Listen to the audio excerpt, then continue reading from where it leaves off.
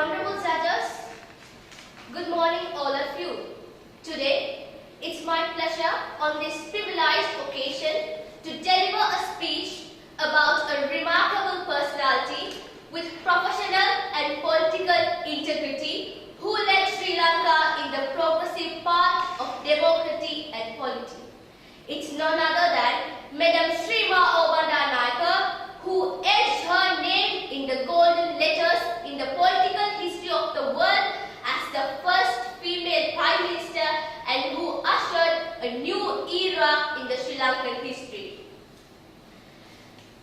Madam Sirimavo Bandaranaike was born on 1916 on April 17 as Sirimavo Bandaranaike for a Radala family of Balangoda in Ratnapura.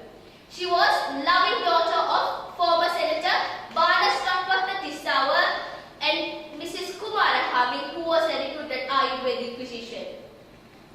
In 1940, she got married to S.W. Bandaranaike and they had 3 children, Sunetra, who is the president of Sunetra Devi Foundation, and Madam Chandrika Bandaranaike Kumartunga, who is the executive president of Sri Lanka, and Mr. Anura Bandaranaike, who was a speaker in Sri Lankan Parliament.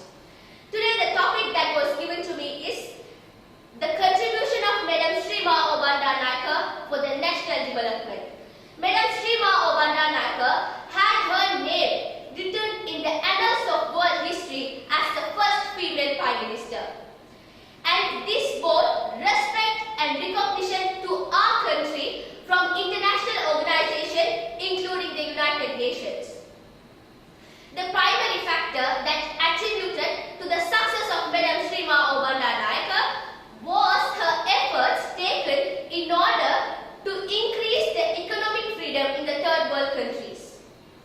The self-reliant policy, which was a milestone in the national development of Sri Lanka. The self-reliance policy followed by Madam Sirimavo Bandaranaike broadened our industrial base of our country, and it also increased the production and the exports of our country. The share of manufactured export rose to 2 to 15% from 1970 to 1976. This self-reliant policy not only led to the industrial development of Sri Lanka, it also led to the increased production of subsidized food crops like onions, chilies and pulses. This was warmly welcomed by the people of Jaffna, where Tamil women garlanded Madam Sirimavo Bandaranaike with jasmine flowers for this act. And not only that, with a view to provide the shelter, economic freedom and also the land for thousands of people, the Mahabali Development Project commenced during her period, which was also a milestone in the national development of Sri Lanka. Madam Sirimavo Bandaranaike wanted to follow an economic policy in the face of opposing the capitalistic economic policy and also the communistic economic policies of the world. Madam Sirimavo Bandaranaike wanted to pursue neither a capitalistic economic policy nor a communistic economic policy. She resorted with a mixed economic policy which was stable and durable for a developing country like Sri Lanka. And also, I would like to mention a highlightable point in the national development of our country was the international affairs of Madam Sirimavo Bandaranaike.